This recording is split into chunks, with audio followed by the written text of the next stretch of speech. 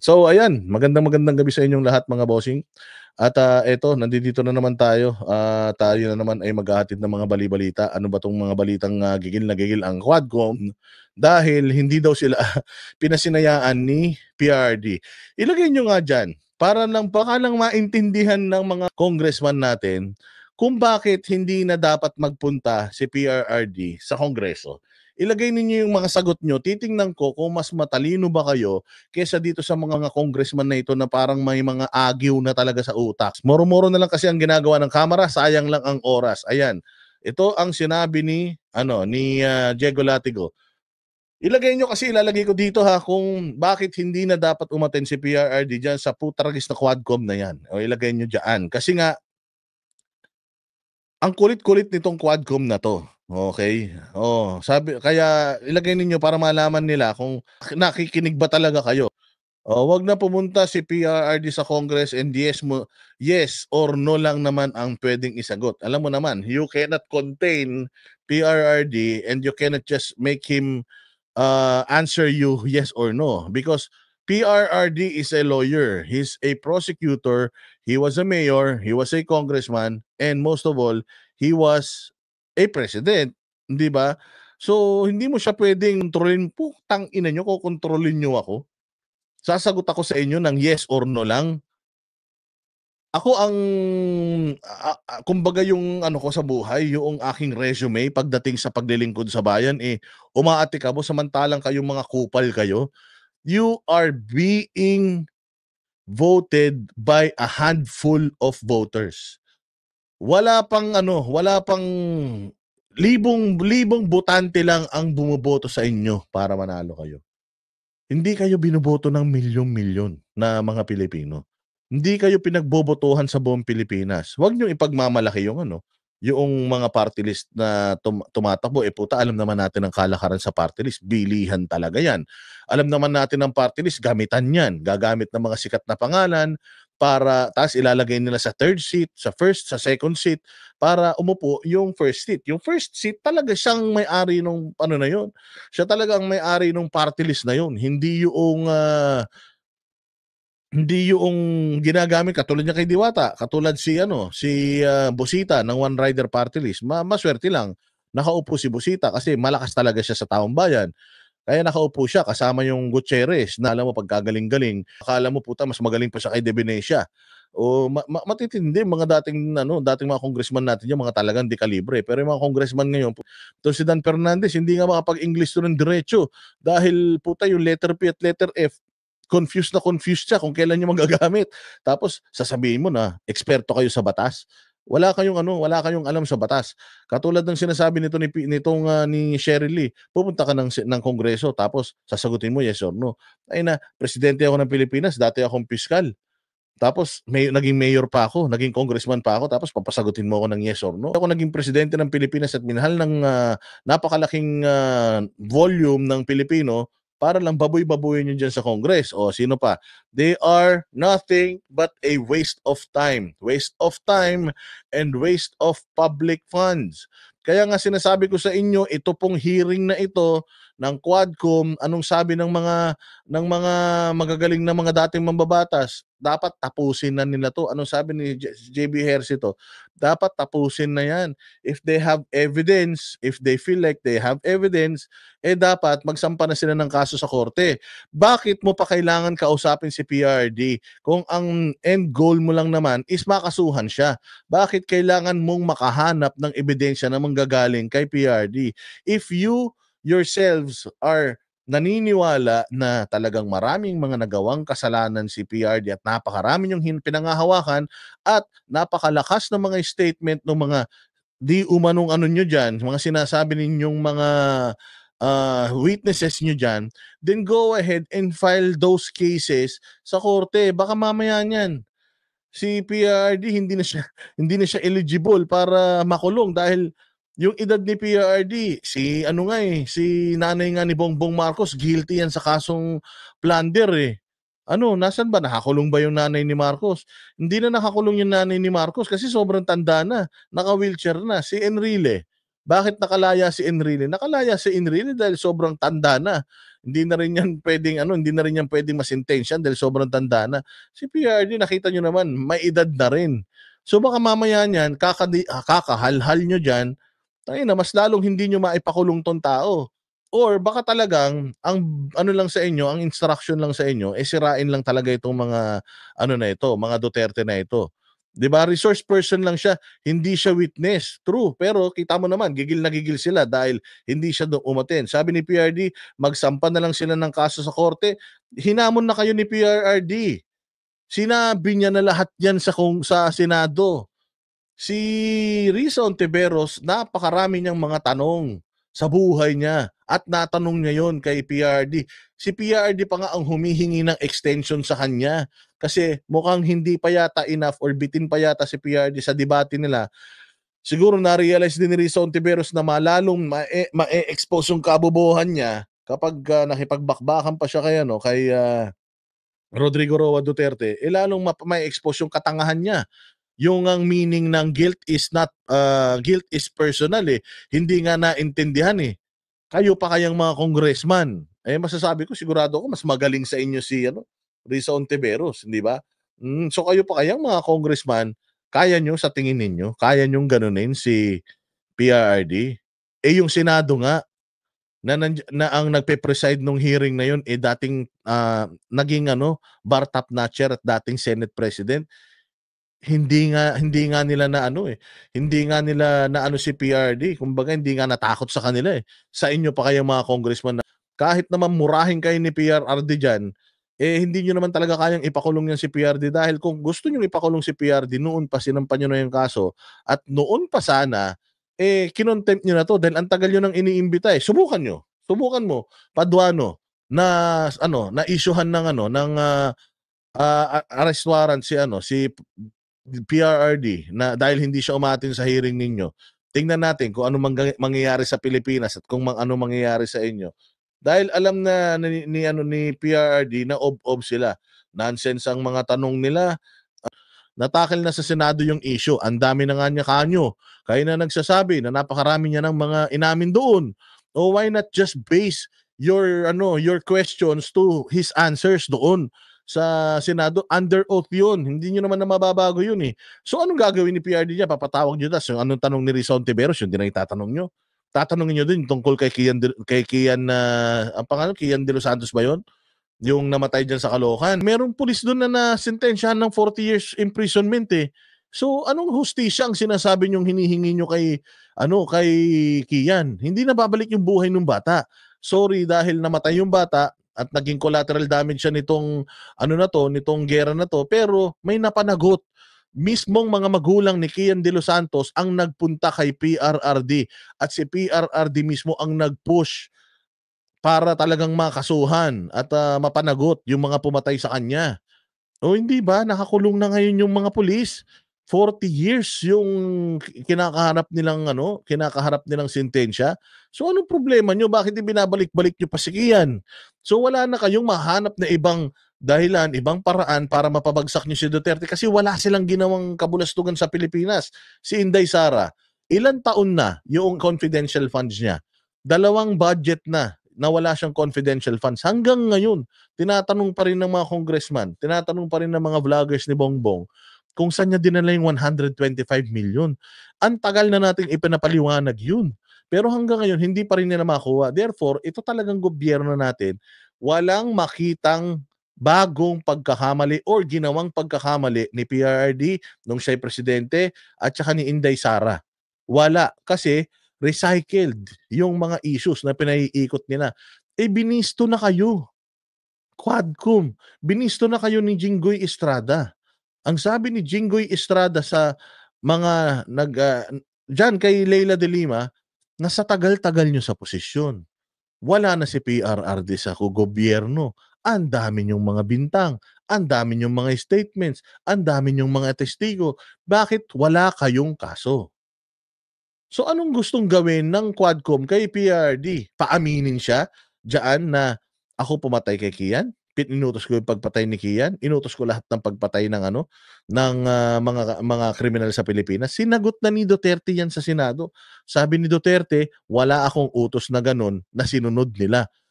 Gusto ko talaga patayin nila. Kaya lang, hindi naman nila sinusunod. Hindi naman sinusunod ng pulis. Wala rin naman kayong makikitang direktiba doon or direktiba ko na sinasabing patayin lahat ng kriminal. Ang sinabi pa nga ni Risa Ontiveros patayin ng mga kababayan Sobrang OA, di ba? Pero anong sabi ni PRD? Dininay niya na tapos instir niya yung inyong mga utak. Kayo nang yayabang nyo nagsabi na marami nang inamin si PRD, gagamitin natin sa ICC. Pinadala na namin sa ICC yung script. Yun naman pala nakuha nga ni Trillanes yung script para ipadala sa ICC, kayo sa Congress, hindi nyo makuha sa Senate. Bakit? 'Di ba? Kasi nga ang gusto nyo lang talaga, babuyin si Duterte at hindi siya kasing tanga nyo. Si Duterte is not dumb like you na hahayaan niyang gawin niyo yun sa kanya. No. Napakadami ng laban na pinanalo ni PRD. Laban sa korupsyon, war on drugs, laban sa mga rebeldeng komunista, laban sa mga terorista, laban sa COVID, laban sa mga dilubyo. Putang ina ninyo kayo mga congressman. Hindi po kayo ang makakapagbagsak sa Rodrigo Roa Duterte. Dahil kahit ilang lahi na ang magpalit-palit, ang pangalang Rodrigo Roa Duterte at ang nagawa niya sa Pilipinas from 2016 to 2022, hindi nyo na po yan matatanggal sa sa history ng Pilipinas. Kahit anong history revisionisms pa ang gawin ninyo, kaming mga hindi binabayaran para iparating sa taong bayan at sa mga hindi nakakaalam, sa mga sarado ang isip, sa mga nagawa ni PRD, hindi po kami mapapagod. Yun ang kaibahan natin sa inyo. Kasi kayong mga nagtatanggol kay Bongbong, malakas lang ang loob nyo kasi si Bongbong ang presidente. Eventually, mag-aano din 'yan, matatapos din ang termino niyan, and someday hindi man siya humarap sa sa hmm, korte ng mga tao patungkol sa mga ginawa niyang kahayupan sa Pilipinas, sigurado ako nahaharap siya sa korte sa impyerno at doon siya huhusgahan sa lahat ng mga kahayupang ginawa nila dito sa lupa nito ni Romualdez. So pakinggan natin etong balitang ito na si Paduano gigil na gigil daw. Putang ina, ano ba nagawa nito ni Paduano sa buhay? Bukod sa di umano dati daw tong hitman o dati daw tong Sparrow Unit or Hit Squad ng NPA. Feeling mo matatakot si Duterte sa'yo, Paduano? Putang ina. Ang dami ng mga mas magagaling na rebelde sa'yo na tinalo ni PRD. Tinalo, pinasuko, napatay ng kanyang militar. Paduano, hindi ikaw ang makakapagpabagsak kay PRRD. Uminit ang ulo ng ilang kongresista, hindi kasi sumipot si dating Pangulong Duterte sa pagdinig ng House Quad Committee. Naging emosyonal naman ang dating Customs Intelligence Officer na nagdawit sa droga kina Duterte. Nasa frontline ng balitang yan si Marian Enriquez. He has promised us this committee to his letter. Ipakulong mo na. Ipakulong mo, Paduano. Sige na, ipakulong mo na. Putang ina, galit na galit ka Ipakulong mo. Para para masaya. Mag-issue ka na ng mag-issue ka na ng contempt orders. I-contempt mo na, ipakulong mo na para puros ka lang sigaw diyan.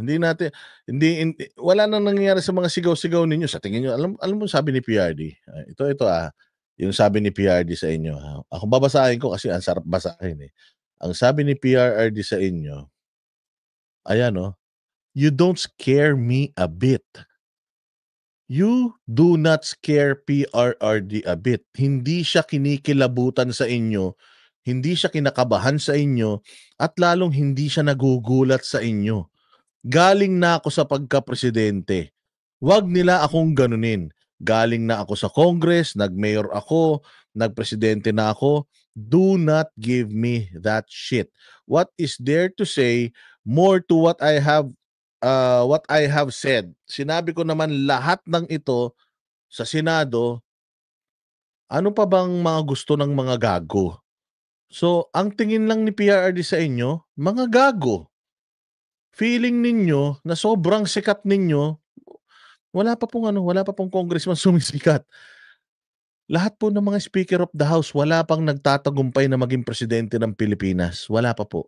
Ibig sabihin, hindi po talaga kayo kilala. Kahit na gaano kayo kayayabang dyan sa Kongreso, pag tumakbo po kayo sa national, hindi po kayo kilala.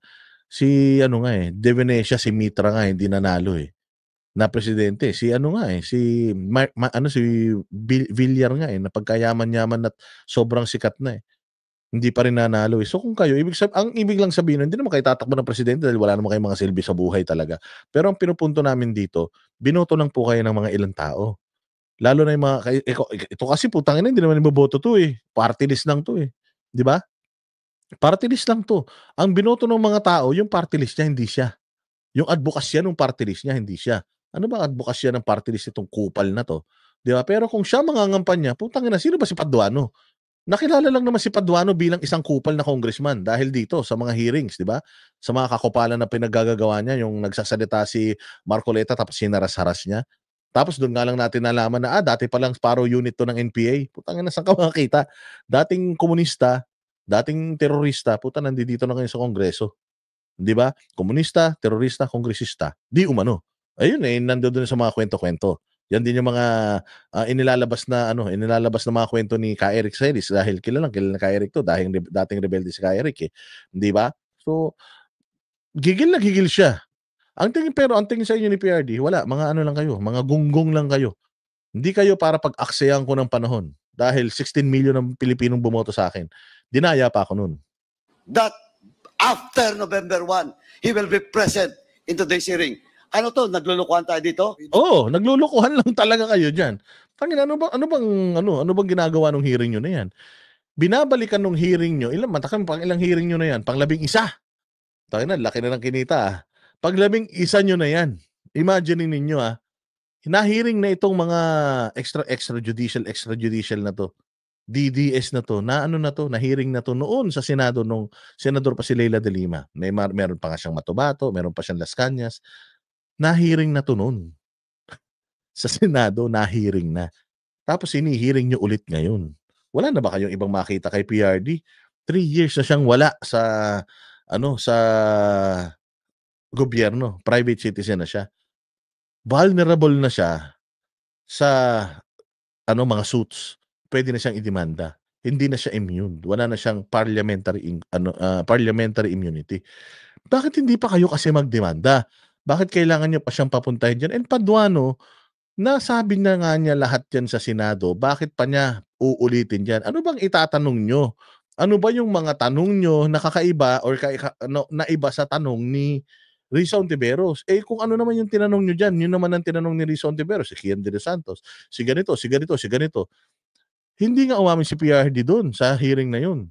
Nang tinitake niya yung responsibilidad, guilt responsibility dito sa mga namatay kasi hindi naman siya bumarel. 'Di ba? Lahat naman ng presidente may mga utos para linisin ang ang droga sa Pilipinas. Ito nga lang ngayon, parang wala. Pero lahat ng presidente may laban against droga at lahat ng dumaan na presidente may mga namamatay during police operations. Now, kaya nga tayo may korte. Para kung may murder na nangyari, you file cases for murder. Kapag merong salvaging na nangyari, you file cases for murder. Kasi ano bang inaano natin? Ano bang pinagtitibay pa natin dito sa Quadcom? Meron na tayong murder cases or meron na tayong murder sa ating batas. Meron na tayong homicide. Ano pa ba yung meron tayong kidnapping, meron tayong anti-torture bill, meron tayong yung illegal detention. So ano pa yung batas na magagawa nyo dito sa Quadcom na to? Batas para hindi maging kurakot yung mga tao? Meron na tayong batas tungkol doon. Batas para hindi na sila pumatay, meron na tayong batas doon. Batas para hindi na sila mag-operate ng normal. Oo, meron. Meron naman may NAPOLCOM naman.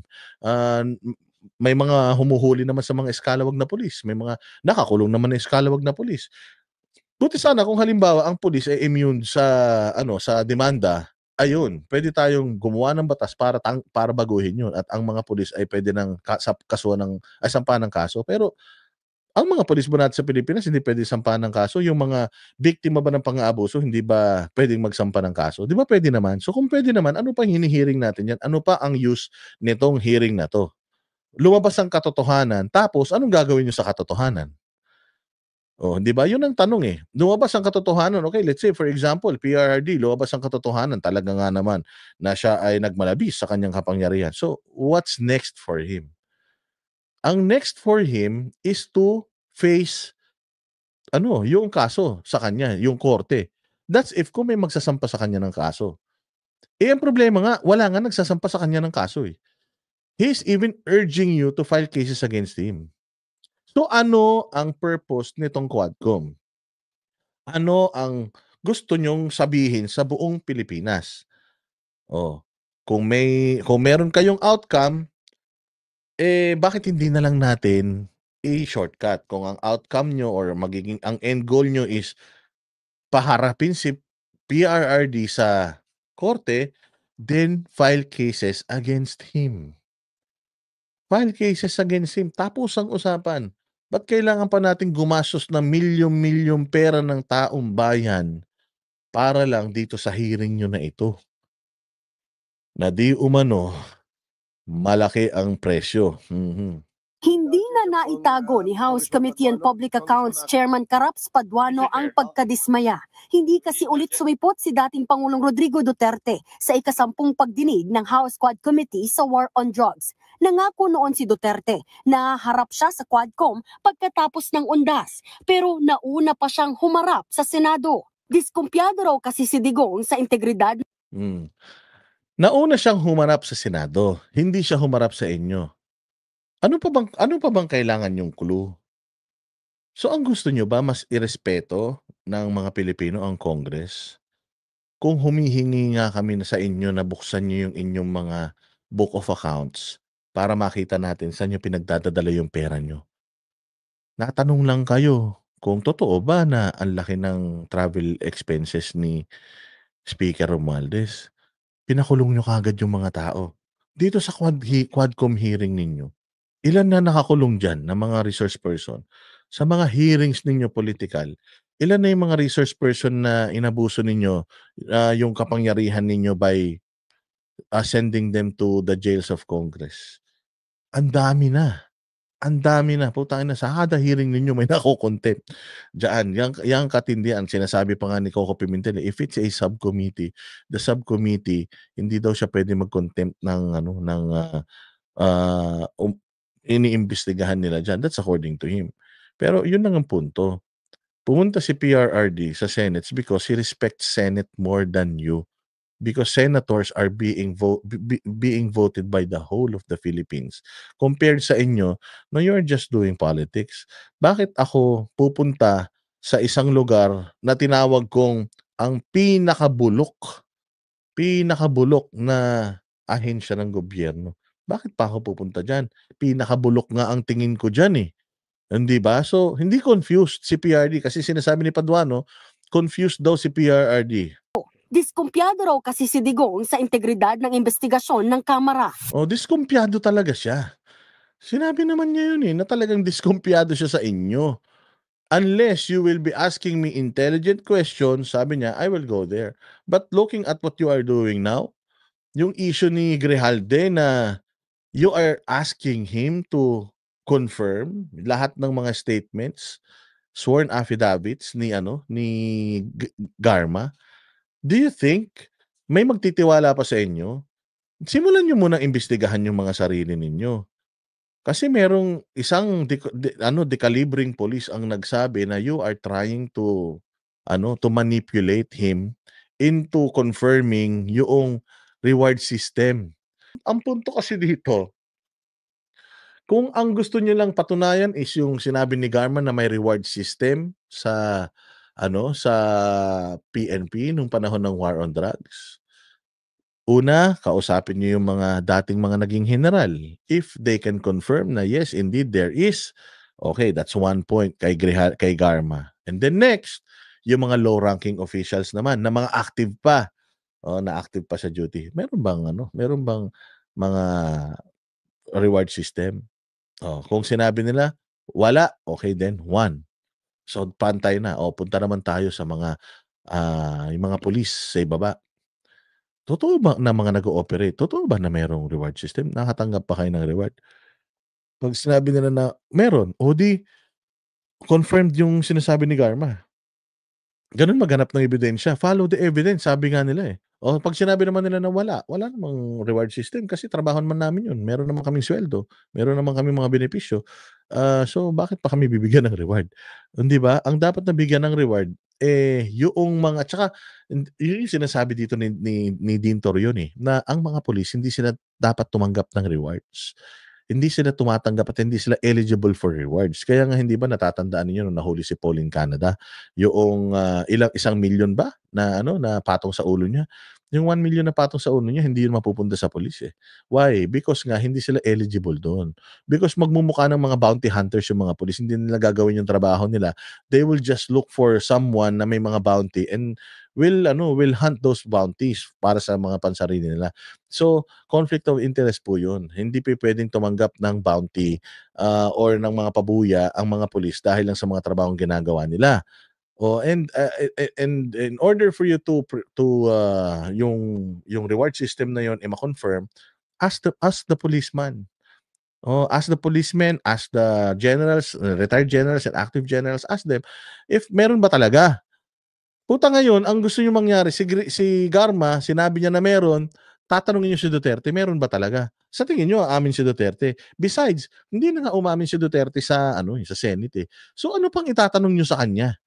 And even if, let's say for example, meron pa kayong mas matalinong way para i-extract kay PRRD yung mga sagot na gusto niyo ma-extract. PRRD, kita niyo nga si Risa Ontiveros nga mas bata sa kanya. Mas kupal kaysa sa kanya, pero nakita niyo yung ginawa niya. Pinaglaruan niya, in-expose niya si PRD. Si Leila de Lima nga na gigil kay Duterte. Nagmukhang tanga sa Senate inquiry. Si Chel Jokno nga nabilib sa sarili. Pinagmukhang tanga nung abogadong general na dating chief of police ni PRD. Tangina. So, gaano ka ka-espesyal, Paduano, para sa tingin mo, you can break a former fiscal, a former mayor, a former congressman, more so, a former president na masasabi nating minahal ng taong bayan. Paduano, you are a nobody.